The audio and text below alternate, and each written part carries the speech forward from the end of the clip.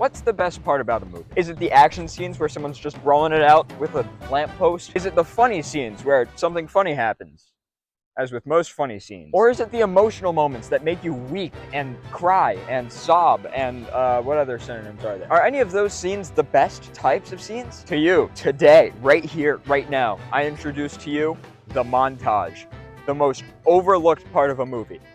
But at the same time, it's not really overlooked, but we're gonna ignore that for the sake of this title card and all. To be clear, montages are not underrated by any means. However, they are overlooked. And to be clear, again, underrated means people just don't appreciate it as much, and overlooked means they're not noticing details that are necessary to enjoy it as much.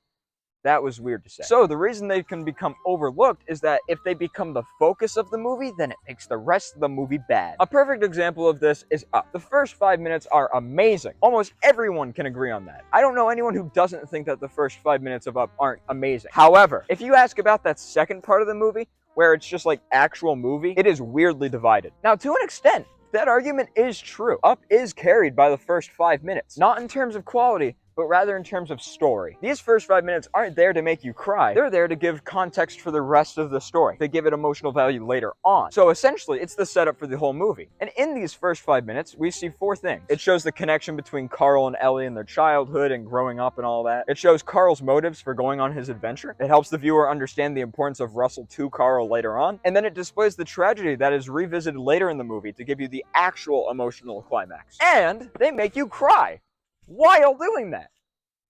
That's sick! Without this opening sequence, the movie couldn't function. In these short 5 minutes, how do we get the weight of an entire story there in that short amount of time? Montage, baby. All right, we're gonna change location. Those elements of the podcast I described a second ago are what happens to Carl. I said podcast instead of montage. I meant to say montage, not podcast. Okay, back to video. Those elements of the podcast I described a second ago are what happens to Carl. However, something totally different happens for the audience, you and me, and probably your dad, maybe your mom, and your uncle, or your aunt. Maybe you have an aunt. If you don't, that's cool, I guess. For example, by simply watching this montage, we get to see marriage till death between Carl and Ellie. We have seen their entire life together. And since we're able to see this love between Carl and Ellie, we understand the motives later on behind him enjoying his time with Russell, even though at first he's a little pimp. That's not the word. Since we're told at the beginning of the movie that Carl and Ellie wanted a kid, and we get a kid here, we understand the purpose of Russell because of these first 5 minutes. And then the tragedy itself allows us to understand the undertone of this adventure taking place. This movie is triggered by somebody's death. And then because you're able to experience all of these things alongside the characters, you cry. You cry, you little baby. You baby. And heck no, this is not the only example of a Pixar montage. Up is just one of them. And, that's right, 2 ands right here. They don't all need to be the most depressing piece of media possible to consume. For example, in The Incredibles, Bob has a training montage. It's kind of funny because that's the montage you're used to. But it also shows the restoration of superheroes as a whole. In Luca, we get to see the 2 friends, Alberto and Luca, building a Vespa. And this montage is to simply show that they are friends. That's it. It's just showing that they're friends. That's all it needs to do, and that's all it does. I'm walking way too close to the camera. I am behind the camera. In Cars, we get a montage of Lightning McQueen fixing up radiator springs. And that ultimately shows that from the beginning of the movie, we switched from an ego-filled maniac, that's not the word. It was the transition from being entitled to being kind. In WALL-E, we get an entire montage scene of WALL-E going along with Eve, well, her dead body, technically. If you know, you know. It's the scene. Yeah, it's that one. We get to see the true extent of WALL-E's loneliness. And the best thing about all of these montages is that they all connect in the coolest way. These montages all develop their stories in some way or another using multiple different techniques. 1, they cover a large amount of time. And better yet, it does it in like 5 minutes. If you think about your favorite movie, 90% of it probably takes place in the same week. I mean, if you think about Soul right now, that entire movie took place in a day. 1 single day. You'll see this happen all the time. So let me know what your favorite movie is and how long it takes to complete the movie. And don't use that like 5 years later thing at the end. That doesn't count. Darn you. But because the montages can pass so much time so quickly, it means that it's super digestible because you need to be able to understand what happened in that time. I don't know what this motion means, but I feel like it's I'm gonna stop that. Also, I'm sorry I keep talking about Up, but the first 5 minutes cover an entire lifetime. 2. Character development. I'm gonna skip straight to the example here. In Ratatouille, we get this super fun montage overlaid with the music La Feste. Just so you know where it is. It's this one right here. It's on screen. You looking? Okay, good. Right before this montage starts, Chef Skinner is thrown out of the kitchen. This is really good news because he is seen as the bad guy.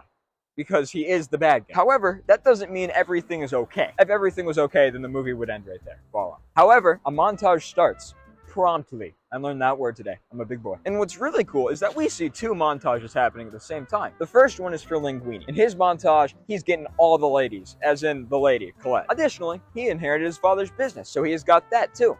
Life is going well for him. He owns a business and he has a woman. What more do you need? On the other hand, we see Remy's side of the story. In this montage, Remy is trying his best to balance relationships. One with his family/colony, and the other with his passions, being cooking. Right after this montage ends, the next scene begins, as it usually does. In this scene, Remy and Linguini are starting to butt heads because they've swapped places. And the montage told us that in a short, fun, entertaining, what's another word for fun? It told us all of that information really quick. All right, now for part 3 and 4, you need to bear with me. These things do not develop the story a ton. They do, but they're really just cool parts of a montage. With that, number 3, soundtrack. I don't think there has ever been a Pixar montage where there isn't just an amazing score. In WALL-E, you got First Date. In Ratatouille, you got La Feste. In Soul, you got Epiphany. In Up, you got Married Life. In Incredibles, you've got Life's Incredible Again.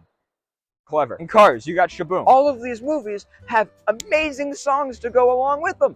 It's perfect. You're developing the story and you're grooving. Oh yeah, that's what you want. That's what you want. But why are these songs so good? Well, usually they contain the movie's riffs. Most Pixar movies have riffs, which are just repeating melodies where it symbolizes stuff. I'll talk about that at some other. And in montages especially, these songs are shown. The best example is Up, where you hear the doo doo doo doo. I'm in choir, don't worry. Near the end of La Feste, you hear the I'm not gonna hum it. Secondly, as to why they're so good, there's no dialogue. None. Since there's no distractions from the music, usually being dialogue, that means you have to focus on the music.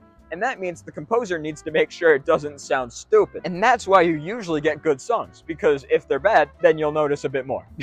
Number 4, visuals. Every montage must, and usually does, have good graphics. Again, since there's no dialogue, this is necessary to keep attention, to keep it entertaining, and it'll just make it all the more memorable. Think about that scene in WALL-E. They're flying through space and we get to touch like solar things. I don't really know what was happening technically, but that scene was beautiful. Oh my goodness. And what's funny about this scene is that it doesn't develop the story whatsoever. It just looks cool. That's it. It's space. You can't go wrong. Visuals are important in montage no matter what, but sometimes montages are only visuals, like in WALL-E. I don't regret that though. That was a beautiful scene. Good job.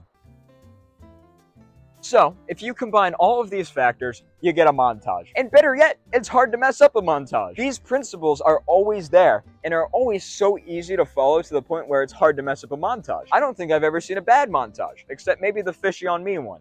Those just suck. All Fortnite montages suck. Get a life, please. So next time you watch a Pixar movie, or any movie really, you gotta watch out for the best thing in every single movie. Montages. Woo, I connected it again. I'm out of here.